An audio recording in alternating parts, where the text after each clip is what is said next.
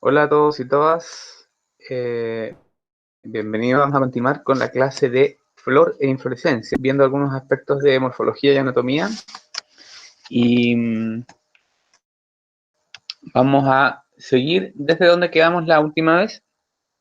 Y vamos a ver en detalle la parte masculina, el androceo, y la parte femenina, el gineceo, tanto desde el punto de vista morfológico como anatómico. ¿Ya?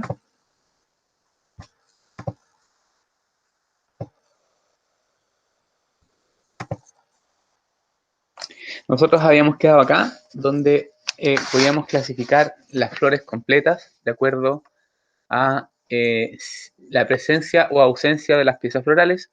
Cuando tenían sépalos y pétalos, es decir, eran diploclamidias, se llamaban completas, y cuando eran monoclamidias o aclamidias, se llaman incompletas.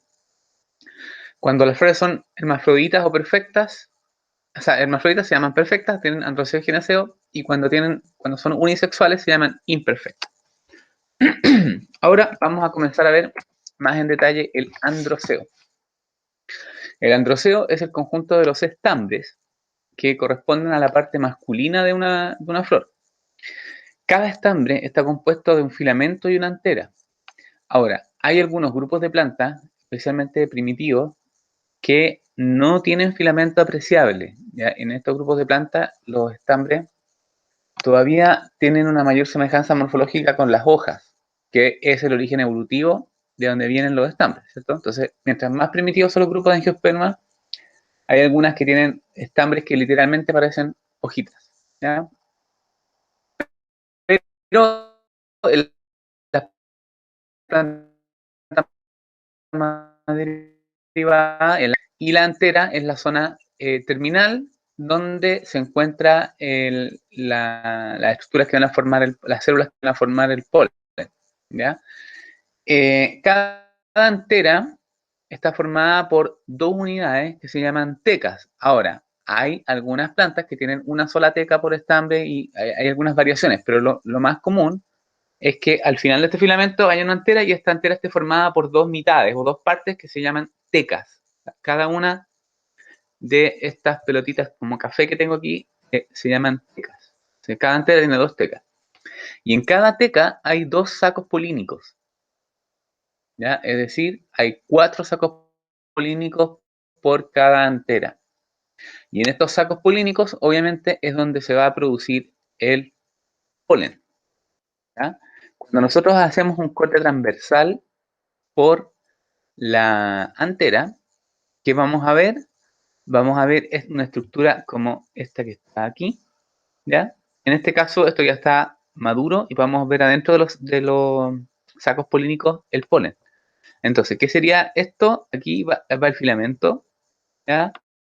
Esta mitad sería una teca, esta sería otra teca, y este sería un saco polínico, y esto sería otro saco polínico, ¿ya?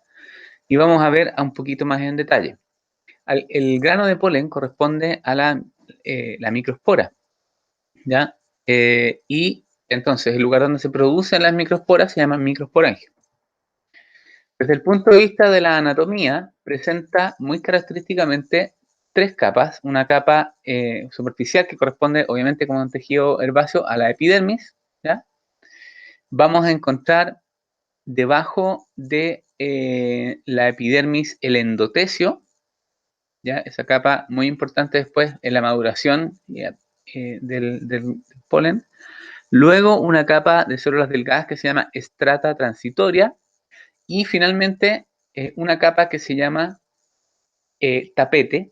Las células del tapete son células muy particulares, mucho más grandes, ¿no es cierto?, que el resto del tejido, con engrosamientos diferenciales en la pared celular y que cuando esto se deshidrata o se seca, permite la dehiscencia o apertura del saco polínico. ¿Ya? Es decir, el tapete participa en que estos saquitos polínicos se abran cuando esto madura, ¿ya? El resto de las partes, el endotelio, por ejemplo, participa desde el punto de vista del desarrollo embrionario de estas células, del desarrollo, o sea, la maduración, etc. en regulación hormonal. Y esta estructura que se ve aquí es el filamento, alcanzamos a cortar un pedazo de filamento, y en esta zona que conecta ambas tecas encontramos el tejido conectivo. Aquí podemos ver una vascular. El tejido conectivo son células parenquimáticas de conducción, células parenquimáticas que van a transportar elementos de forma lateral, ¿ya? Si hablamos de cómo se generan estos granos de polen, bueno, sabemos que estos van a corresponder a los microesporangios. Dentro de cada microesporangio va a haber un microesporocito. Microesporocito. ¿Ya? Madre de la microespora. Microesporocito o célula madre de la microespora. Esta célula es diploide. Y esta célula diploide, meiosis, se divide y genera 4 microesporas.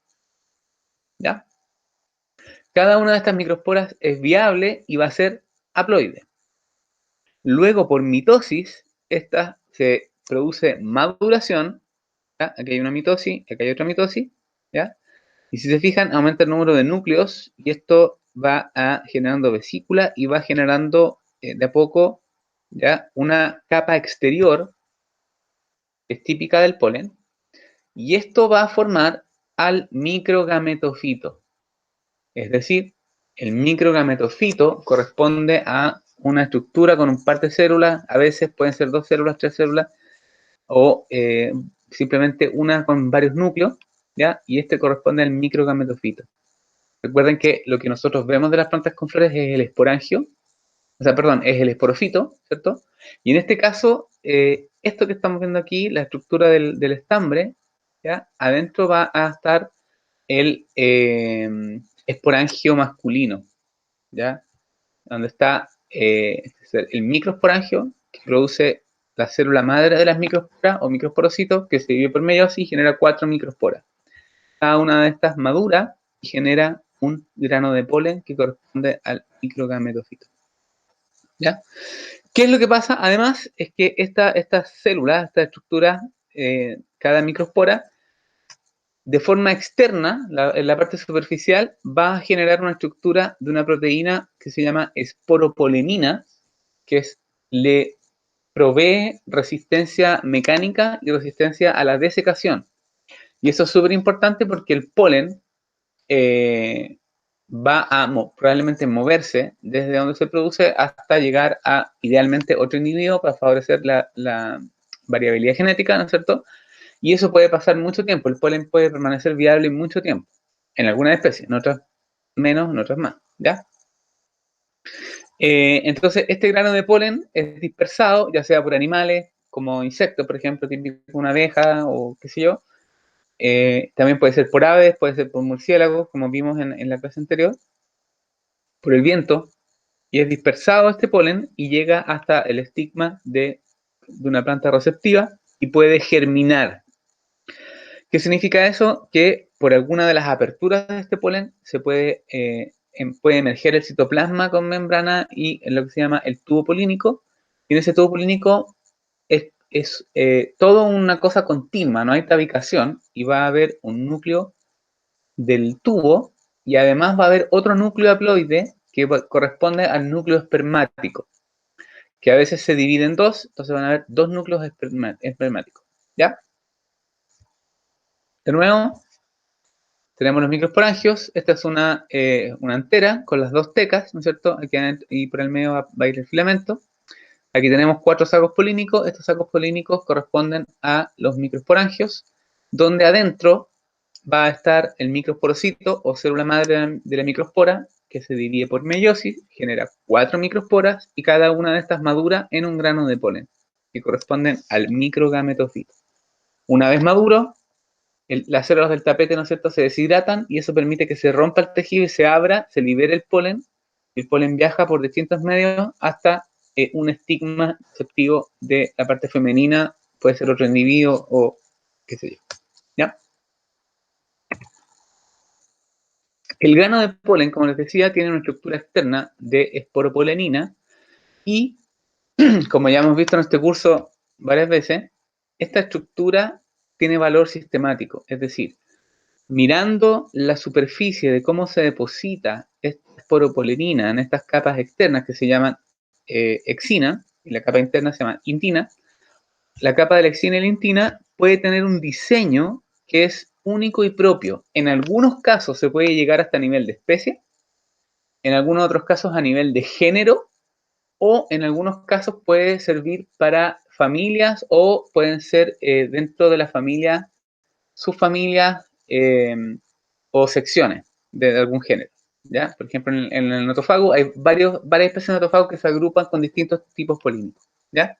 Entonces yo puedo, con el microscopio, puede ser de barrido o puede ser electrónico, identificar la rugosidad, las características, las aperturas de este polen y obviamente todo eso tiene nombre, ¿ya? Es toda una disciplina dentro de la botánica, la palinología. ¿Y para qué sirve? Sirve, por ejemplo, para identificar a partir de muestras de sedimentos lacustres. Yo puedo, obviamente el polen que es dispersado por el viento, va asentándose en el agua y cae al fondo, y obviamente mientras más abajo, más antiguo, entonces yo puedo hacer reconstrucciones vegetacionales a partir del paleopolen, ¿sí? También sirve para ver, por ejemplo, en ciudades los picos de alergias. Yo puedo ir siguiendo cómo va aumentando el polen de poáceas o el polen de, no sé, de plátano oriental, etcétera, y puedo predecir o puedo identificar cuándo va a ocurrir el pic de alergias por el polen de alguna especie que es alergénica, ¿ya? De acuerdo a las aberturas así largas se llaman sulcos y las aberturas o colpos, ¿cierto? Y también cuando las aberturas son así tipo hoyito, eso se llaman poros, ¿sí? Entonces, y cuando no tiene nada, se llama inaperturado. Este es el caso, por ejemplo, de las poáceas, que son así inaperturadas. Tricolpado, ¿ya? Una cosa que hay que tener en cuenta es que el polen es 3D. Entonces, así se ve si yo lo miro. Imagínense una pelota de fútbol americano. ¿Se fijan la forma que tiene? Aquí, ahí. Aquí yo la estoy mirando por arriba y aquí yo la estoy mirando de frente. Aquí está la punta, ¿cierto? Entonces, cuando nosotros estudiamos polen, tenemos que tener súper claro que hay una vista polar y una vista ecuatorial. Esta es la vista polar y esta es la vista ecuatorial, ¿ya? Pantoporado, muchos hoyitos, estefanoporado, triporado, ulcerado. Y obviamente esto se puede complejizar hasta el infinito y más allá, donde aquí podemos tener otro tipo de nomenclatura, trilete, típica marca la espora, ¿ya? Poliplicado, vesiculado, por ejemplo, en el caso de los pinos, que son dispersados por el viento, son eh, polen que es sacado o vesiculado, porque tiene sacos de aire que les permiten moverse por el aire. Aparte de esta nomenclatura para referirse a las aberturas del polen, ¿ya? También hay una nomenclatura para referirse a la ornamentación de la exina. Por ejemplo, este que está acá, que tiene como pinchitos, se llama equinado. Ahora, este curso obviamente no pretende que ustedes se conviertan en expertos en polen, ni mucho menos. Pero si alguno de ustedes quisiera hacer el trabajo de investigación semestral en polen, va a tener que meterse un poco más en los detalles de este aspecto de la botánica, ¿ya? Hay gente que estudia esta cuestión, yo creo que el mayor desarrollo en Chile de la palinología está asociado a cosas paleo, a reconstrucciones paleoclimáticas usando polen para reconstruir la vegetación y con eso interpretar el clima, ¿ya? Pero también hay otros tipos de estudios sistemáticos y cosas por el estilo, ¿ya? Como les decía, esto nos permite identificar especies. Aquí, por ejemplo, tenemos distintas especies y yo puedo saber si esto es un roble, ¿no es cierto? Esto es un haya, este es un pino, este es un sauce, ¿no es cierto? Este es una avellana, eh, es el birch, creo, una bétula, ¿no es cierto? ¿Ya? Entonces yo puedo identificar, si se fijan, esto obviamente es un esquema. Este sería tricolpado, este sería triporado, ¿ya? Y la forma también tiene nombre, la ornamentación tiene nombre. Entonces, pero con esto yo puedo identificar las especies a partir del polen, ¿ya? Bien interesante. Y uno puede ver que hay grupos donde el polen es muy conservado, por ejemplo las poáceas, yo no puedo saber qué poacia es con el puro polen. Yo puedo saber que es una poacia. En la Asteraceae hay algunas secciones que tienen diferencias en los polen, pero también son bastante parecidos, casi todos, son todos como de esta onda. Eh, etcétera. Pero para que ustedes sepan que aquí hay todo un área, un ámbito de estudio, que es la palinología, que tiene que ver con la morfología del polen. ¿Ya? También, por ejemplo, para las mieles, si alguien sabe de polen, puede, por ejemplo, certificar el origen floral de una miel. Entonces, cuando ustedes dicen quiero miel de ulmo, eso significa que esa miel, obviamente, que corresponde a vómito de abeja, esas abejas visitaron distintas flores, ¿cierto? Y estas flores que visitaron, queda el polen pegado en el cuerpo y va a estar representado en la miel. Entonces, cuando hay más del 40%, bueno, dependiendo del tipo, pero cuando hay más o menos más del 40% de un solo tipo polínico, esa miel es monofloral. Y yo puedo decir que es miel de ulmo porque más del 40% de los polen que hay en esa miel son de ulmo. ¿Ya? Y así la miel, no sé, qué sé yo. Y multifloral es cuando no hay ninguna especie dominante por sobre otra. ¿Ya? Aquí tenemos un polen que está germinado. Germinado, esto no es lo mismo que la semilla, ¿no es cierto? Germinado aquí se habla cuando el polen, se fijan, estas aberturas que yo les hablaba de los colpos, los poros, ¿cierto? Y los sulcos, ¿ya? Los colpos, estas aberturas alargadas, los poros, estas aberturas chiquititas, ¿ya? Colpo, sulco. Por ahí, por esas aberturas, el polen germina, es decir, que sale la parte del citoplasma y comienza a crecer este tubo polínico. En el caso de la angiosperma, este tubo polínico es mantenido nutricionalmente por el tejido femenino, por el tejido, claro, por el tejido materno, o sea, por el tejido femenino de la flor de donde llega, y tiene que haber un reconocimiento específico. ¿Ya? Hay plantas que tienen mecanismos de autoincompatibilidad, por ejemplo. ¿Ya? Y hay algunos, como cuando es compatible, cuando no es compatible, hay como un reconocimiento de proteína en superficie. No todas las plantas tienen este tipo de mecanismos, pero las plantas que requieren polinización cruzada son autoincompatibles. Hay algunas otras plantas que son autocompatibles y pueden generar igual semillas sexuales sin problema. ¿Ya? Bueno, es el dinamismo. Esto ya no es anatomía, esto es un poco de morfología de la parte masculina y tenemos que cuando tenemos una planta que tiene un cierto número de estambres, cuando hay estambres que sobresalen de respecto de los otros, es decir, hay unos estambres más largos que otros, a eso se le llama dinamismo. Una planta que tiene estambres didínamos significa que no importa el número de estambres que tenga, tiene dos que sobresalen más adelante. Tetradínamo, que tiene 4 que sobresalen más adelante. Abajo puede quedar 1 o pueden quedar 10. El número de estambres, de piezas florales, es algo que, ¿cómo se llama? Es otro rasgo que se mide. ¿Ya? El delfismo tiene que ver con la unión de los filamentos para formar una especie de paquetes. ¿Ya? Y en este caso, de nuevo, no importa cuál es el número de estambres que forman, cuando se fusionan para formar un solo paquete, eso se llama monodelfo. Cuando forman dos como paquetes de estambres fusionados, se llama diadelfo, y cuando son muchos, poliadelfo. ¿Ya? Por último, el gineceo.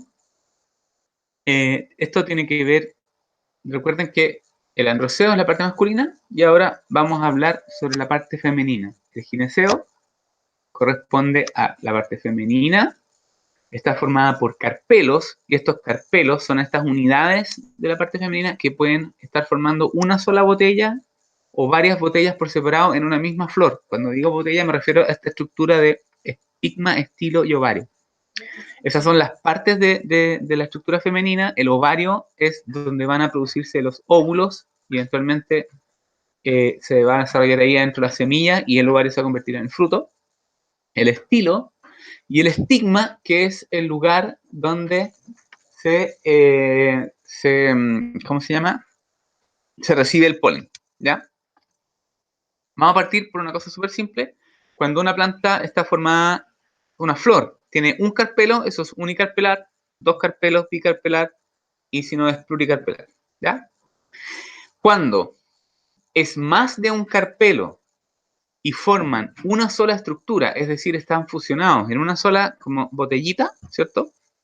A eso se le llama ovario sincárpico. Y cuando una flor tiene más de un carpelo, pero cada carpelo forma su propia botellita, a eso se le llama apocárpico o coricárpico. ¿Vale? Esto obviamente va a tener consecuencias en el tipo de fruto que va a formar. Por ejemplo, en el caso, estemos en un tomate, ¿ya? Eso está formado por varios carpelos, pero forman una sola estructura fusionada y van a formar el tomate, ¿cierto? Eso sería un ovario sincárpico.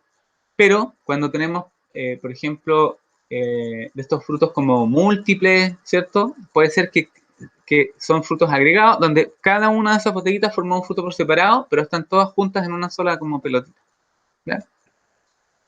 Cuando vemos la parte anatómica, hacemos un corte transversal, vamos a tener la epidermis por fuera, ¿no es cierto? Y si se fijan aquí en este corte, podemos ver que son 3 carpelos. Fíjense, y esta zona de aquí que está como con línea segmentada, muestra la zona de unión y este sería un ovario tricarpelar sincárpico. ¿Ya? El tejido desde donde salen los óvulos se llama placenta, que es diploide. ¿Ya? Esta es la parte de la epidermis. ¿Ya? Cada una de estas estructuras que son como una pelotita con un palito, algo así, como, no sé cómo, ¿qué podrían hacer? No sé. Pero esos son los óvulos, ¿ya? Esos son los óvulos. Y cada uno de los espacios de las cavidades donde se generan los óvulos se llama lóculo, ¿ya? ¿Qué es lo que pasa? Óvulo, este óvulo está adentro de este óvulo hay una estructura, esta estructura como redondeada, corresponde al saco embrionario, y este saco embrionario corresponde al gametofito femenino. Este saco embrionario está rodeado por los tegumentos, ¿ya? Estos se llaman tegumentos, en inglés integumentos, y en el caso de las angiospermas, el saco embrionario está rodeado por un doble tegumento. Son 2 tegumentos. En las plantas más primitivas es un solo tegumento o doble tegumento parcial. En el caso de la angiosperma es un doble tegumento completo. Entonces, y adentro de este saco embrionario, ¿qué vamos a encontrar? Vamos a encontrar, este es el megaesporangio, y vamos a encontrar el megaesporocito o célula madre de la megaespora. ¿Y qué es lo que pasa? Tenemos este megaesporocito adentro del saco embrionario o célula madre de la megaespora, le ocurre meiosis y se generan 4 megaesporas. Pero a diferencia de la microespora, estas se producen por una división asimétrica. ¿Y por qué? Porque típicamente la célula femenina es más grande. Recuerden que eh, todos los plastidios y todo el citoplasma es de origen materno, en este caso. Entonces, se genera una división asimétrica donde hay 4 células haploides, que son las 4 megasporas, pero 3 son no funcionales, degeneran, y solo una es una megaspora funcional. ¿Ya? Entonces tenemos el megasporocito o célula madre de la megaspora que se divide por meiosis, genera 4 células haploides, 3 de esas, chao, y una de esas es más grande y esa va a madurar en una megaspora funcional. En este caso le ocurren 3 mitosis sucesivas, ¿cierto? Y tenemos una célula haploide con un núcleo, una mitosis tenemos 2, otra mitosis tenemos 4, otra mitosis tenemos 8. Entonces, finalmente, en la estructura final, ¿ya? Vamos a tener que se va a formar en el saco embrionario una estructura de 8 núcleos. Esta estructura de 8 núcleos es la típica que nosotros podemos ver, donde vamos a tener aquí, estos son los tegumentos, ¿ya? Que son 2, el saco embrionario, y esta es la estructura de 8 células cuando está madura, ¿ya? Esto que está acá se llaman núcleos polares, acá tenemos la célula huevo, ovocélula, o el gameto propiamente tal. A los costados de la ovocélula van a estar unas células que se llaman sinérgidas, y en la parte de atrás van a estar las antípodas. ¿Ya? Y tenemos 1, 2, 3, 4, 5, 6, 7, 8. ¿Ya? Entonces, esta estructura de 8 núcleos es la típica de un óvulo maduro cuando está listo para que llegue el micro gametofito. El grano de polen, el tubo en realidad, el que llega. Aquí está el lóculo, que era el espacio donde está este óvulo. La parte de atrás del óvulo se llama chalaza. Como palito se llama funículo. ¿Ya? Y la zona de entrada, porque aquí está el saco embrionario y aquí no se alcanza a ver bien, pero es una parte, aquí se ve mejor, que hay como un espacio, un hoyo. A esto se llama micropila, y que literalmente eso significa hoyo chiquitito. ¿Ya? El tejido placentario, del tejido placentario sale el funículo, la parte de atrás se llama chalaza, aquí tenemos los dos tegumentos, el saco embrionario y la estructura con 8 núcleos. Las antípodas atrás, los núcleos polares al medio, y adelante, cerca de la micrópila, va a estar la ovocélula con las dos sinérgidas. ¿Ya? Yo sé que esto es muy complicado, pero de a poquito. Aquí tenemos los núcleos polares, ¿no es cierto? Y aquí tenemos la...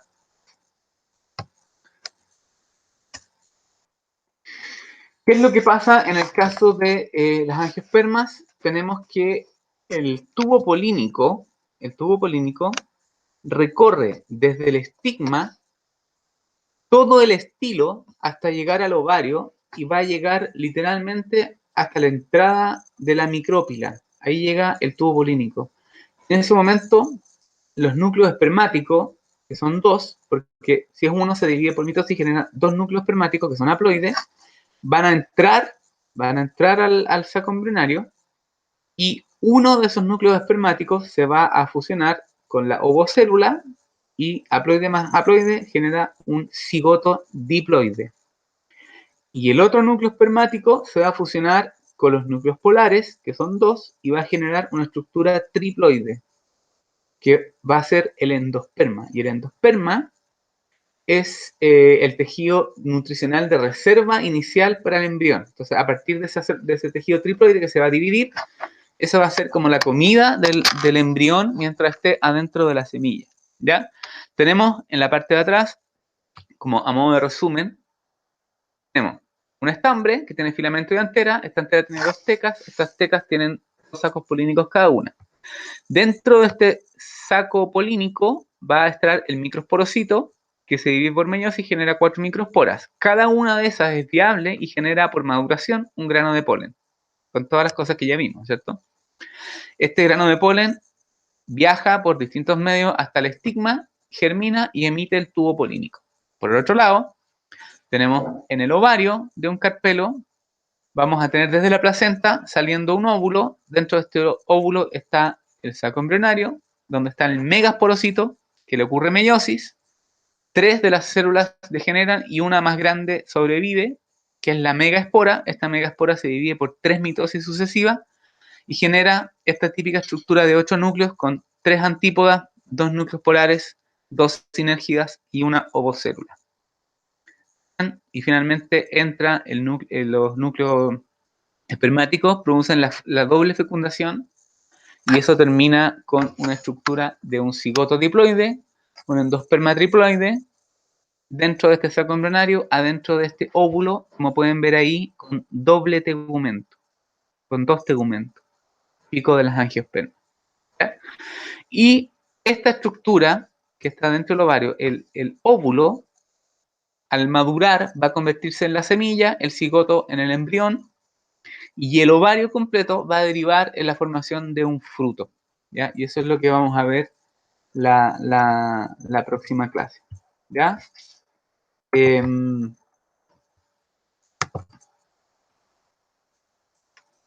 Ahí estoy yo. Una cosa ay, me gustaría ver un poquito así a la rápida, y antes de terminar esta parte como de flor, después lo vamos a retomar un poco en la siguiente clase, ¿ya? Un segundo.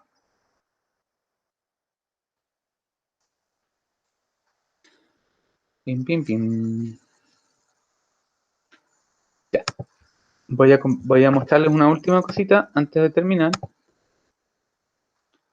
Que es... Esto yo, ahí está esto, ¿ya? ¿Qué significa esto? Esto se llama fórmula floral. Yo no les voy a hacer ejercicios después en la prueba de fórmula floral, pero es importante que sepan que existe, ¿ya?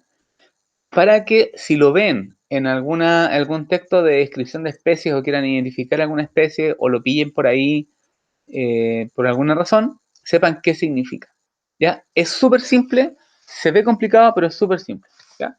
¿Qué es la fórmula floral? Es una representación escrita de la morfología de la flor, que habla de la simetría, de la presencia de las piezas florales y el número de piezas florales y su grado de unión, ¿ya? Entonces, vamos a partir, por ejemplo, por este que está aquí, Solanaceae.